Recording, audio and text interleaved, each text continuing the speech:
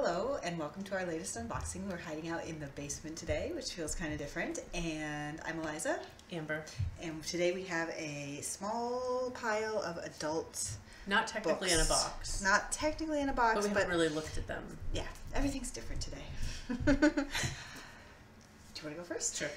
It's not like my cup of tea, but it's Brad Taylor, Hunter Killer. I think it's the only fiction in this little pile we have. Neat.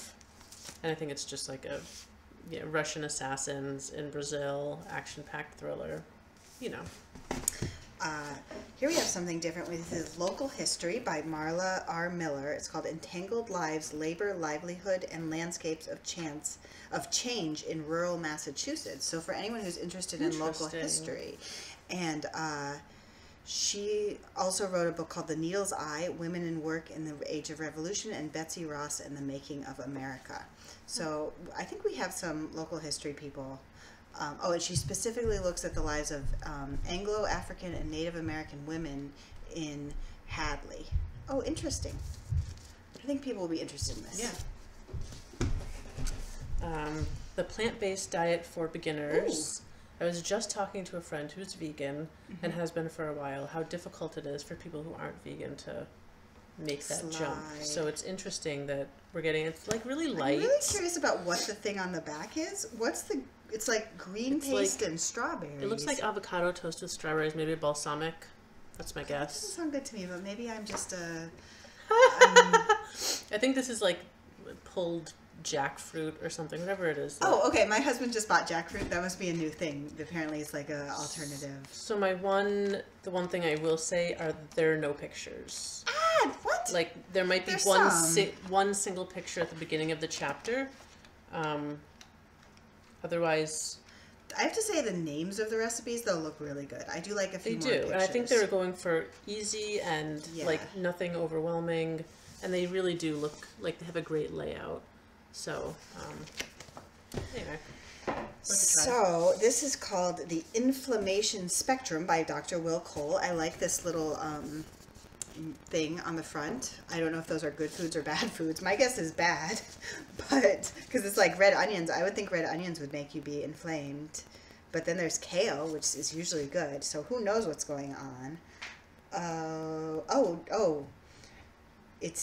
The book tells you have a plan for bio-individualized advice on which foods to eliminate based on where you are in the inflammation spectrum. Sounds like you get to take a quiz of some sort. I love quizzes. We do. We really love quizzes. So I probably won't change what I eat, but I might take a quiz. We're almost as excited about quizzes as we are with like pretty end papers.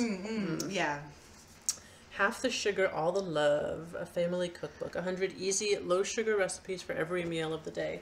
That's interesting. So every meal, not just like desserty meals. That sounds good. Chewy chocolate chip cookies. I'm always interested is like, do you have to buy some weird substitute, or is it just like, do they just like shift the recipe around? So these ones, it looks like you have to add dates. Dates? Like 13 dates to your chewy chocolate chip cookies. Do you have to like crunch them up or something? You probably like cut them up and do all kinds of stuff. I'm not a huge fan of dates, but I will try to have an open mind. They do poke bowls. That doesn't look like the kind of thing that would have sugar in it to begin with. It doesn't, but it says theirs normally has 3 1/4 teaspoons, but this recipe only has 1/4 teaspoon, which seems like a pretty significant, like maybe hidden sugars, like sauces and things you wouldn't think have sugar in them.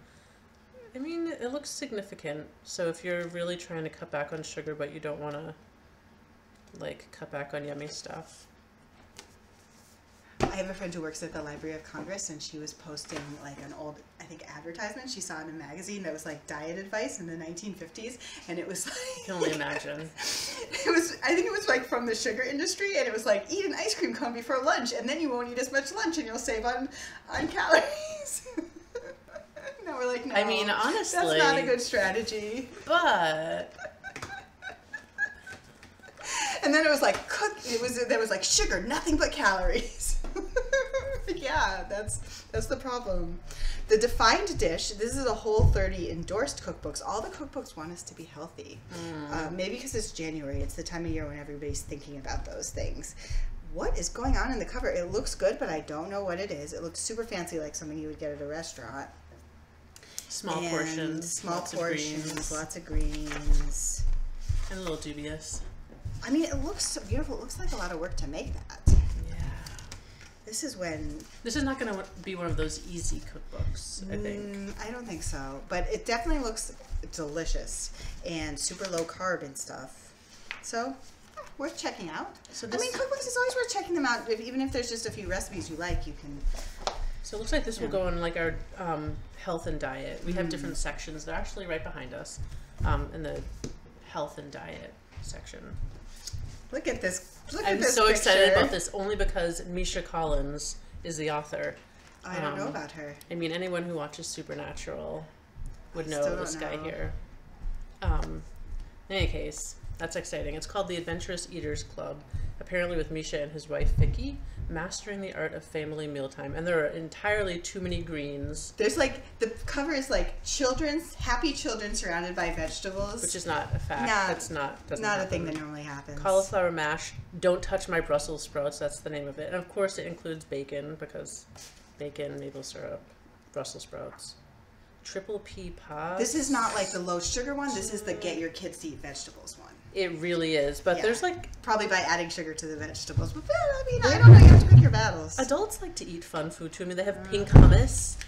Like, it seems like they are trying to salad. Like make recipes more fun for kids, but also for adults. Kids who often like just eating. like see right through that. They do. They really do. So, you know, try it. I'm glad I got this one. I'm so excited. It's called Pastry Love, and it looks really delicious on the cover and on the back. Everything looks delicious. This is not the eat vegetables. This is not the low sugar.